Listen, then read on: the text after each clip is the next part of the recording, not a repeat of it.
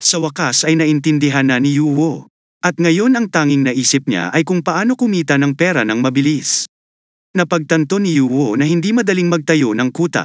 Samantala, plano rin niyang palakasin ng kaunti ang account ng Shadow King. Mukhang kailangan niya munang ipagpaliban ang pagtatayo ng kuta. Samantala, marahil ay walang lalabas na malalakas na kalaban. Ang tanggulan pagkatapos noon ay magiging isang prioridad, at kailangan niyang kumita ng maraming pera. Nung una, bigla na lang nabuhusan ng tubig sa mukha si Yuwo. Tila si Yan Fei ang humiling na maglaro sa masayang infinity pool. Gayun din, mukhang masaya si Nana sa paglalaro ng mga labanan sa tubig. Masaya si Yuwo dahil nakikita niyang masaya rin si Yun Fei. Gustong tumanggi ni Yuwo, ngunit muli, inatake siya ni Nana ng tubig. Sinabi ni Nana na kakailanganin ni Yuwo ito para mas makapagpahinga dahil hindi maganda sa puso ko ang sobrang tensyonado. Sana magkaroon si Yuwo ng pagkakataon na makipaglaro sa kanila ng water war, at pagkatapos ay lulunurin sila sa tubig ni Yuwo. Habang nakikipaglaro, na-provoke din si Yuwo, at ipinaalala nito sa kanya ang panahon na nang ibabaw siya sa swimming pool. Ipapakita ni Yuwo sa lahat kung ano siya bilang hari ng digmaan sa tubig. Agad silang nag-away ng tubig nang magkasama sa swimming pool. Samantala sa headquarters handmill, ang Mag-ong Group ay nasa vice chairman's office habang napapaliwanag si Miss Hugh dahil sa hindi inaasahan ang pagtataksil mula sa Tanchong Group. Hindi rin siya nag-ingat laban sa banta ng kamatayan na ipinadala ng grupong Huangzheng. Ang bagay na nagiging sanhi ng pagbagsak ng labanan ng Boss Monster at sa kanyang chairman ay nadama na responsable at humingi ng parusa. Ang deputy chairman ay medyo nakahinga ng maluwag. Dahil kay Miss Hugh naging lubos na kamalayan sa sarili, ngunit hindi iyon ang tunay na dahilan para kay Miss Hugh, siya ay pumalpak. Masyadong mahina ang babae, at nagtaka kung paanong si Miss Hugh ay naglakas loob pa rin siyang lumuhad sa harapan niya, kahit bilang isa sa top 35 combat powers ng Mag-ong team, nabigo silang pamunuan ng team para talunin ang isang level 90 boss monster. Para kay Mackay iyon ay isang nakakahiya na nagawa ni Miss Hugh kay Mackay. Humingi ng paumanhin si Miss Hugh kay Mackay ng grupong handmill, ngunit sinampal siya ni Mackay. Sa pagkakataong ito, wala siyang panahon para makinig sa kalokohan ni Miss Hugh. Dinala ni Mackay si Miss Hugh mula sa lugar ng gargoyle at gumastos ng maraming pera para palakihin siya. Ayaw ng lalaki na gumawa ng dahilan si Miss Hugh para manlinlang sa pagiging mahina niya. Noon si Jay Wang Chuo at hiniling kay Mackay na huminto. Siyempre, naisip ni Mackay na naaawa siya sa isang magandang member na tulad ni Miss Hugh. Pinaalalahanan ni Wanjiang Wang Chuan si Mackay na huwag mag-aksaya ng oras sa mga nakakainip na bagay, at sa halip ay kalimutan ang gagawin. Muling sinampal ni Mackay si Hugh, pero inamin niyang hindi niya ito nakakalimutan. Pagkatapos ay tinanong niya kung alam ni Jia Wang Chuan kung sino ang kumuha nito. Inamin ni Jia Wang Chun na alam na niya dahil ang taong iyon ay isinama ni Miss Mo sa talent pool ng kumpanya bago ang laban sa Boss Monster. Ngunit wala pang opisyal na record ng pagpaparehistro ni Miss Mo, si Mackay ay tiyak na hindi naniniwala na ang taong iyon ang nakagawang talunin ang Boss Monster. Walang uri ng natural na pakiramdam na si Moki ay lantarang nakikipaglaban. Si Mokai ay napaka-curious tungkol sa figure ni Yuwu, at nagulat nang malaman na beginner level 6 pa lang si Yuwu. Habang si Jia Wang Chuo at hiniling kay Mokai na huwag masyadong isipin ang mga level na nakasulat sa system. Dahil ang nagawang agawin ni Yuwu, ang Boss Monster, sa kamay ni Miss Hugh, tinitiyak niya na hindi ordinaryong tao si Yuwu. Malamang sinasadya ni Yuwu ang kanyang level na itago. Tinanong siya ni Mackay tungkol sa lakas ni Yuwu. At sinabi ng babae na si Yuwu ay talagang hindi maarap. Ang Boss Monster ay may 3% HP sa galit na kalagayan nito. Ngunit nagawa ni Yuwu na talunin ang Boss Monster sa loob ng ilang segundo. Labis na nagulat si Mokai, ngunit nagtaka din si Mackay, kung bakit hindi kinuha ni Miss Hugh ang mahuhusay na lalaking iyon sa kanilang panig. Sa halip na iwan siya sa ilalim ng kontrol ni Moktop, at aminin ni Miss Hugh na sinubukan niya, ngunit hindi siya nagtagumpay. Lalong nagulat si Mackay dahil hanggang ngayon ay wala pang nang-ahas na tumanggi sa kanilang imbitasyon maliban kay Yuwu. Lalong nagalit si Mackay at talagang sinakal ang babae. Sinasabing hindi na si Miss Hugh tulad ng dati. Ang hahayaang mawala ang gayong hanggal na lalaki. Naghinala agad si Mokai na interesado ang babae kay Yuwu. Kaya sadyang pinakawalan para sa Boss Monster. Mas naging curious si Mokai kay Yuwu at bibigyan siya sa huling pagkakataon. Inutusan niya si Miss Hyo na gawin ang lahat ng diskarte para kay Yuwo. Kahit karahasan o pang-aakit, kung gugustuhin mo, kapag tumangging makiisa. Pagkatapos ay hiniling ni Mokay sa kanya na patayin si Mekay para hindi na siya abalahin. Habang si Jai Wang Chu ay hinihiling kay Miss Hyo na maunawaan ang kanyang kondisyon na hindi siya may pagtanggol. Kung tutuusin, nangyari ito dahil kay Miss Hyo. Sa hindi inasahang pagkakamali, nagtataka rin si Mekay kung bakit talagang ganoon kalakas si Yuwo. Sinabi ni Miss Hyo na mas malakas pa si Yuwo kaysa kay Mokay. O ni hindi niya alam kung sino ang mas malakas, sa pagitan ni Yuho at ng chairman. Habang si Jang Wang Chun ay lubos na nagulat dahil si Mekay at hindi pa nakarinigan ng ganoon kataas na halaga sa isang tao. Tunay na nagawang pukawin ni Yuwo, ang kuryosidad na hindi naranasan ni Jang Wang Chu sa loob ng maraming taon. Pansamantala, kinailangan ni Miss Hyo na umalis sa koponan at humanap ng paraan para harapin si Yuwo. Hihilingin ba niya sa babae na gawin ang kanyang makakaya? Kung hindi pa rin magawa ni Yin Hyo, si Mekay ang papatay ng personal kay Yuwo. Hindi makataong pinagsisihan ni Yuwo para talunin ang boss. Nagdulot talaga ng malaking alon ang halimaw. Hindi lang ang koponan ng Magong, ngunit gagawin rin ni Huang Zhang at Tan Chuang bilang pangunahing target ng kompetisyon, ngunit hindi inaasahan na maging si Mokay ay magiging interesado sa kay Yuwo. Nag-alala siya na ang pagtatasa ni Yuwo ay mapahamak sa lalaki, kahit na hindi niya sinasadya. Hindi nais ni Miss Hyo na maging kaaway si Yuwo, ngunit sa halip ay nagsanib puwersa at sama-samang lumaban. Kinabukasan sa Universidad sa Zone Sham, lahat ng mga estudyante ay nagtipon. Masaya sila dahil sa wakas makikita na rin nila ang araw. Maaari pa na silang maging amag dahil sa sobrang tagal ng pagkakakulong sa ilalim ng lupa. Narinig ng ibang mga estudyante kung paano ang boss monster na sumasakop sa Night Zone ay tuluyang napatay ng Magong team kahapon. Siyempre, hindi na sila nagulat dahil ang team na yun talaga ang pinakamalakas sa Hammer Group. Gayunpaman, sinabi ng ibang mga estudyante na mali ang impormasyon dahil sinabi ng rescue team na ang boss monster ay napatay ng isang tao. Hindi sila sigurado sa katotohanan ng balita dahil napaka-imposibleng pumatay ng isang level 90 boss na mag-isa. Nahulaan ni Ruin Tanchin na nakarinig sa usapan ng estudyante na siya lang ang pumatay sa amo na halimaw? Na si Yuwo yun. Naghinala din si Liu Fang sa parehong bagay dahil si Yuwo lang ang may kahangahangang lakas.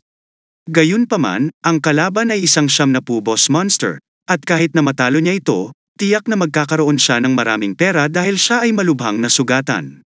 Labis na nag-aalala si Ruin Tanchin sa kanya. Labis siyang nag-aalala sa kanya at naisip din ni Liu Fang ang posibilidad na ito at nagpas siyang makipag-ugnayan.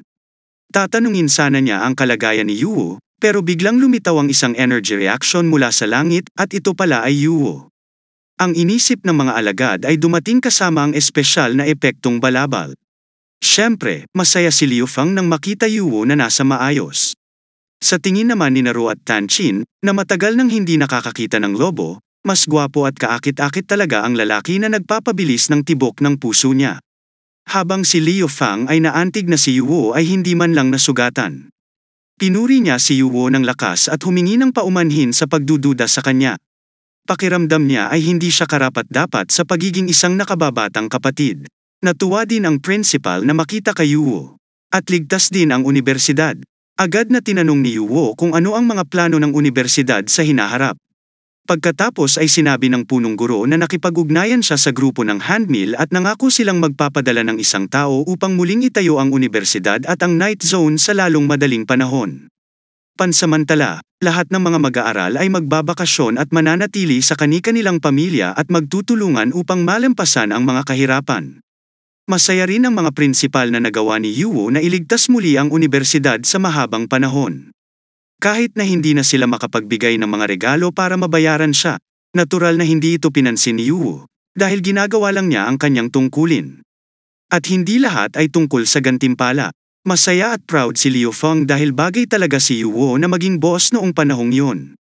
Ang bawat isa sa universidad ay nahilig kay Yuwo pagkatapos ma-activate ang Hormone Advanced Passive Skill, bawat isa ay agad na iniidolo si Yuwo.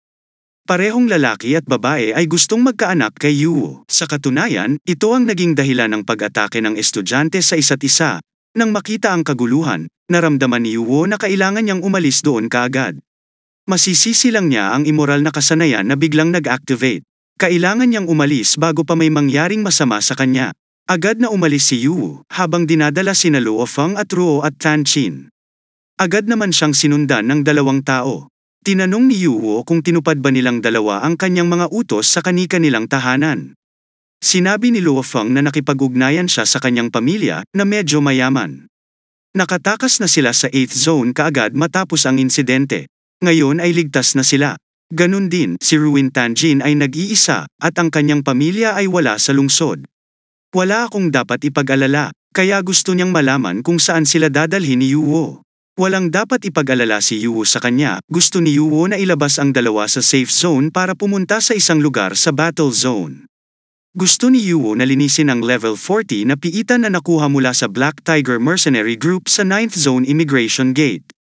Lahat ay nagtatrabaho sa pag-aayos. Pinahinto ng ilan si Yuwo at ang iba pa dahil ang lugar ay hindi isang lugar upang lumabas at mamasyal. Pagkatapos ay ipinaliwanag ni Yuwo na siya ay isang estudyante na gustong pumunta sa labas ng bayan upang gumawa ng isang bagay. Siyempre, lalong pinagbabawalan ito ng gwardya dahil hindi raw dapat mag-out of town ang mga estudyante. Bukod dito, sa kasalukuyan ang mga kautosang pang-emergency sa panahon ng digmaan ay hindi pa binawi, kaya walang pinayagang umalis sa lungsod. Sinabihan ng gwardya si Yuwo at ang iba na mabilis na bumalik sa paaralan kung hindi ay babarilin niya. Si Liu Feng ay natural na galit na ang isang level 10 guard ay naglakas loob na magbanta at sumigaw sa kanila, kahit na hindi niya kilala kung sino si Yuwo na kasama nila. Sinubukan ni Yuwo na pigilan si Liu Feng dahil silang tatlo ay mabubuting estudyante na hindi dapat magdulot ng gulo. Pagkatapos ay ipinakita ni Yuwo ang kanyang pass sa guard. Napansin tuloy ng guard ang pass at inamin niyang hindi pa niya ito nakita. Siya, na talagang bagong gwardya, ay tiyak na naghinala na peke ang card. Sa wakas ay naunawaan ni Yuwo kung bakit hindi alam ng gwardya ang tungkol sa nakaraan. Kataon naman na may dumating na ibang guard dahil sa kaguluhan. Hiniling ng gwardya sa iba pang gwardya na huwag humabol kay Yuwo at iba pa. Sinabi ng bagong gwardya na nagpakita si Yuwo ng hindi kilalang pass at gusto niyang umalis sa lungsod. Sinubukan ng gwardya na tingnan ang card at sa sandaling napagtanto niya na sinampal niya ang bagong bantay, ang card na iyon ay ang pinakamataas na antas ng card ng grupo ng handmill. Nagalit siya na hindi alam ng bagong guard. Pagkatapos ng pagsasanay, hindi may pagtanggol ng lalaki ang kanyang sarili. Nakita ng gwardya na siya ay mga regalo bilang isang kilalang panauhin, na ginawa kahit na ang gate ay lumiwanag. Hindi alam ng gwardya kung saan pupunta si Yuwo, ngunit nag-alok siyang magpadala ng isang pangkat ng mga escort para sa kanya habang naglalakbay dahil sa kasalukuyan ay masyadong mapanganib sa labas ng lungsod. Agad itong tinanggihan ni Yuwo dahil may mga plano siya. Hihilingin lang ni Yuwo sa guard na mabilis na buksan ang gate.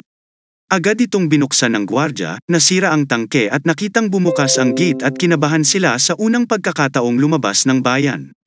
Pagkatapos niyang lumaki, hiniling sa kanya ni Liu Feng na huminahon dahil pupunta pa lang sila sa battlefield, na maaaring isang pambihirang pagkakataon upang magsanay. Pagkaalis ni Yuwo, nakita ng gwardya ang lalaking nagsiwalat noon sa lalaking nauna ng direktang binanggit ng mga senior management.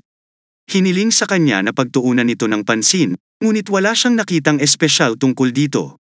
Pagkatapos ay nagulat ang gwardya sa isang tao, na si Yuwo, na kalalabas lamang ng lungsod. Gusto niyang malaman kung ano ang susunod na gagawin. Tuwang-tuwa ang boses sa kabilang dulo dahil ang pakikipagkita sa isang babae, ay maaari silang kumita ng malaki. Ang boses sa kabilang dulo ay si Sushi, na pagkatapos ay humiling sa gwardya na huwag masyadong magmadali. Samantala, kailangan lamang nilang iulat ang kinaroroonan ng target at patuloy na mag-ingat upang hindi matuklasan. Samantala si Mai Shol ay isang piling mersenaryo sa labas ng Huangjiang Group. Sa puso niya, masaya si Mai Shol dahil sa kanya na naunang inanunsyo ang misyon. Determinado siyang kunin si Yuwo, samantala sa wilderness sa labas ng night zone, si Yuwo at ang iba pa ay namangha sa mundo sa labas ng safe zone. Ang natitirang bahagi ng lumang mundo ay naging tiwangwang at mga guho lamang ng nananatiling pagkasira. Nakakita na si Tianjin ng mga larawan at video ng wilderness sa internet at sa mga libro, ngunit ngayon ay nakikita na niya ito ng sarili niyang mga mata at nararamdaman pa ang nakakatakot na kapaligiran ng huling panahon. Sinabi ni Liu Feng kay Ruin Tanjin na huwag masyadong mag-isip dahil pakiramdam niya ay sariwa at malinaw ang hangin sa labas. Pagkatapos ay tinanong ni Luo Feng kung paano sila pupunta sa piitan. Tapos tinanong ni Liu Feng kung kumusta na sila. Maaaring lumipad si Yuwo, ngunit magiging mahirap dahil nandoon din sila. Hiniling ni Yuwo sa kanila na huwag mag-alala dahil naayos na niya ang lahat. Inihayag ni Yuwo na ang mga kondisyon sa wilderness ay napakaligtas kamakailan. Pagkatapos ng lahat, sina Liu Feng at Ruin Tanchin ay nakapatay din ng mga halimaw noon. Gayunpaman, kung makatagpo sila ng mga halimaw, ito ay mas mahusay dahil maaari silang mangolekta ng karanasan. Sina Liu Feng at Ruin Tanchin ay mga miyembro ng Yuwo Wangji team na natural na hindi maiiwan. Pareho silang tiyak na nataranta nang marinig ang pangalan ng bagong koponan. Habang naglalakad sila ipinaliwanag ni Yuwo. Ang Wangji team ay isang team na binuo ni Yuwo, nakabilang din sa isang lokal na kumpanya gaya ng Handmill Group Ruin. Tuwang-tuwa si Tanjin ngunit hindi rin sigurado kung makakasali sila. Masyadong masigasig si Luo Feng dahil tumunog ang pangalan ng koponan ng Wangji team. Habang nangingibabaw at tumutugma, si Ruin Tanche at pagkatapos ay gusto niyang malaman dahil maaaring direktang sumali siya sa Magong team at maabot ang tugatog ng buhay. Kaya nang kumbinsido siyang simulan ang lahat mula sa simula, kinumpirma rin ni Liu Feng na matatalo ni Yuwo ang isang level 90 boss monster. Samantalang sila ay mga maliliit na tao lamang na hahadlang sa kanya at siya ay hahadlang sa kanya. Siya ay isang maliit na tao na, pagkatapos ay pinag-isipan ni Yuwo kung dapat niyang kanselahin ang planong dalhin ang dalawa sa level 40 na piitan at magkaroon ng karanasan. Dapat nilang samantalahin ang lahat ng pagkakataon at huwag panghinaan ng loob. Sumang-ayon sina Ruin Tanchin at Liu Feng na hindi sila mabibigo, nang may dumating na off-road na sasakyan at huminto sa tapat nila. Si Su Xiaoji, na nagmamaneho ay biglang nagpakita ng kanyang ulo at nagpekila ng pagkakakilanlan. Nagpakilala tuloy siya bilang isang gwapong matabang lalaki. Pagkatapos ay binati ni Zuki Aji si Yuwo at hindi niya inaasahan na makikita siya muli ng ganoon kabilis. Nagulat siya nang makipag-ugnayan sa kanya si Yuwo. Bigla ring nabaling ang atensyon ni Sushi Jiaji sa napakagandang si Ruin Tension kung alam niyang dadalhin siya ni Yuwo. Sana ay nagbihis siya ng maayos. Habang si Zushi Alji sa kabinati si Ruin Tanchin at nagpakilalang treasure hunter para sa kanya. Para sa kanya ang wilderness ay parang palaruan at aalagaan din niyang mabuti ang babae. Si Ruin Tianjin ay nagpasalamat alam niya sa puso niya na mataas ang antas ni Zushi Alji Ruin. Ang lalaki kasama ni Yuwo na napakasigla at matapang. Sa kabilang banda, nasasabik din si Luo Feng na makita ang napakalakas na tangke. Di Zushi, AJ, hindi napigil ang tumawa at maging tulad ng inaasahan na kasama ni Yuwo. Si Luo Feng ay may sapat na kaalaman. Hiniling din niya kay Luo Feng na huwag mag-atubiling tanungin siya kung may hindi niya naiintindihan. Agad silang pinahinto ni Yuwo dahil may trabaho siya sa kailangan gawin. Sa sasakyan, tinukoy ni Yuwo ang patutunguhan sa lugar na C-87. Inihayag ni Sushi Aji na ang pangkat ng Pink Siang team ay nakapunta na sa lugar na iyon sa pamamagitan ng paglalakbay ng kalahating araw. Sa oras na iyon ay hindi niya mahanap ang pasukan ng piitan bago yun sinabi ni Yuwo dahil kailangan nila ng susi para mabuksan ang piitan. Tiningnan ni Yuwo ang susi na ang tibay ay bumaba ng 10%. Bumaba nga ng husto ang tibay, pero maswerte na nagamit niya ito bago masira ang lock. Sa oras na iyon, gustong malaman ni Zaisha Alji kung totoo ba ang detalyadong pagmamapana ni Yuwo sa kanyang kamay. Ang mga mapa at aktwal na coordinated na impormasyon sa mga mata ng mga mangangaso na tulad nila ay isang bagay na napakahalaga. Pagkatapos ay tiniyak ni Yuwo na tama ang mapa dahil ito ay direktang isinulat ni Mawahi. Agad na natigilan si Zuki Aji, na bigla, na naging sanhi ng pagbagsak ni Luo Feng mula kay Sushi AJ. Laking gulat en Sushi Aji dahil nabanggit ni Yuwo ang pangalan. Kung saan ang isang alamat na sobrang galing si Mawahi. Agad itong kinumpirma ni Yuwo ang tungkol sa treasure hunter, at na-curious din siya kung bakit nagbago ang ekspresyon ni Sushi Aji sa ganoong paraan. Gustong malaman ni Yuwo kung mayroong anumang alam si Sushi Aji. Inihayag ni Xiaoji Aji na mayroon siyang napakahabang kwento tungkol kay Mawahi. Siya ay nagsasalita tungkol dito habang siya ay nagpapatuloy. Sa wakas ay sinimulan ni Zulogi ang kanyang kwento. Ipinaliwanag ni Zhu Shagi kung paano sa mata ng karamihan ng mga tao, ang mga treasure hunters ay nakikita na hindi gaanong naiiba sa mga mersenaryo na gusto ng pera kesa sa buhay. Gayunpaman, ang layunin ng kanilang pagnanakaw ay hindi mga tao, ngunit mga guho. Ang problema ay ang lahat ng iyon ay isang persepsyon lamang dahil ang tunay nilang layunin ay mahanap ang katotohanan sa mundo. Sa makatuwid, patuloy nilang ginalugad ang mga guho isa-isa. Si Yuwo ay likas na mausisa tungkol sa katotohanan ng mundo.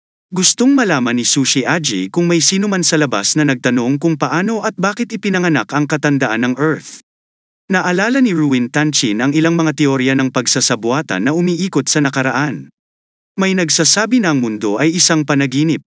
May nagsasabi na ang mundo ay isang high-dimensional holographic projection lamang, kahit na ito ay parang pagmamalabis sa kabuuan. Ang mga tao ay data sa isang database.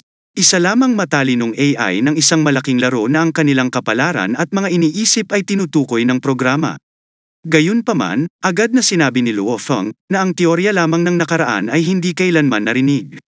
Nakakainis para kay Yuwo, pagkaraan ng ilang henerasyon, nasanay na ang bawat isa sa panahong iyon at nais lamang na mabuhay ng maikling buhay na iyon.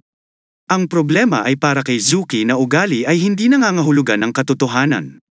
Palagi silang naniniwala na may dahilan sa likod ng lahat ng phenomena hanggat patuloy nilang ginalugad ang mga sinaunang guho. Isang araw, matutuklasan nila.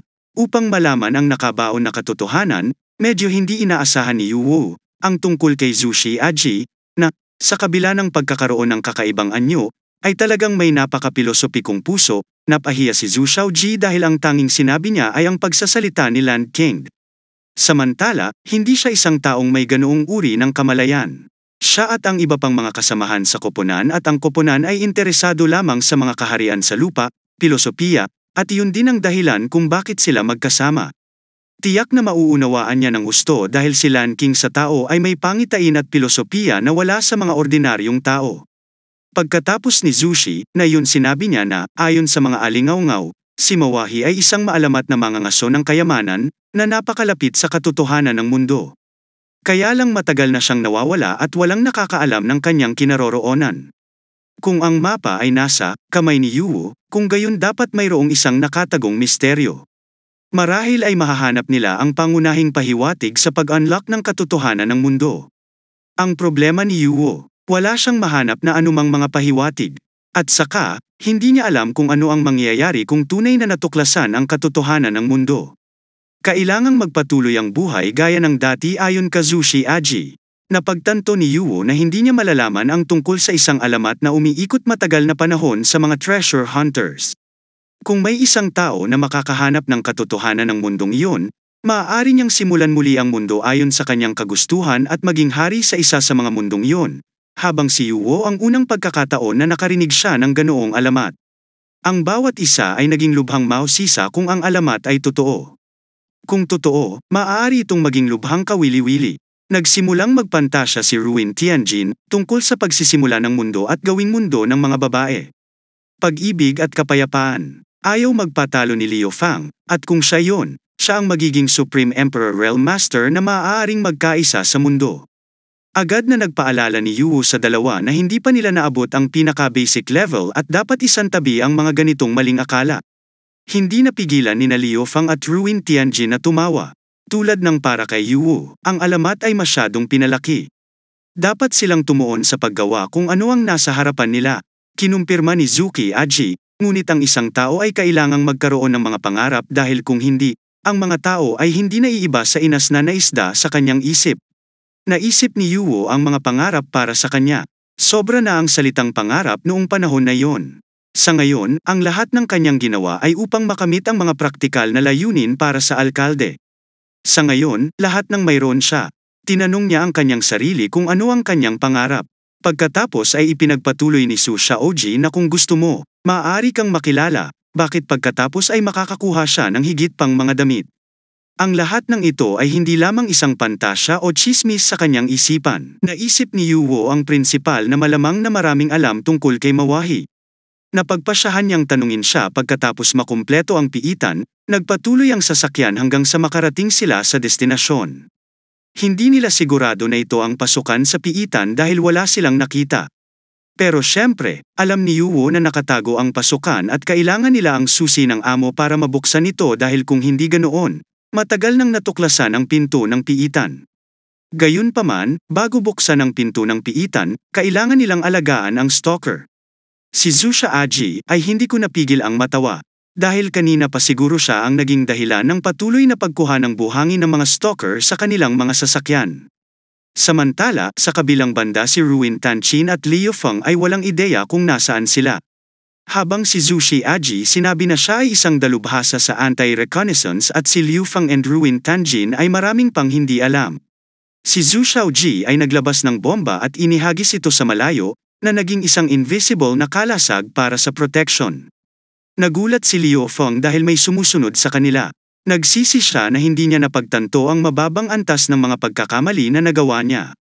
Lalong nabigla si Liu Feng nang malaman niyang ang lalaki ay ang head guard na naunang nag-check sa kanila. Kaya bakit sinusundan sila ng lalaki? Bumaba sa sasakyan ng head guard at lahat ng miyembro niya. Hiniling nila kay Yuwo at sa iba na huwag magalit.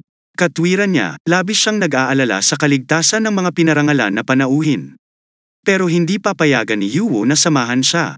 Sa makatuwid, lihim nilang pinrotektahan si Yuwo at ang iba pa. Sarcastic na sinabi ni Yuwo na lahat na sila ay nagsusumikap.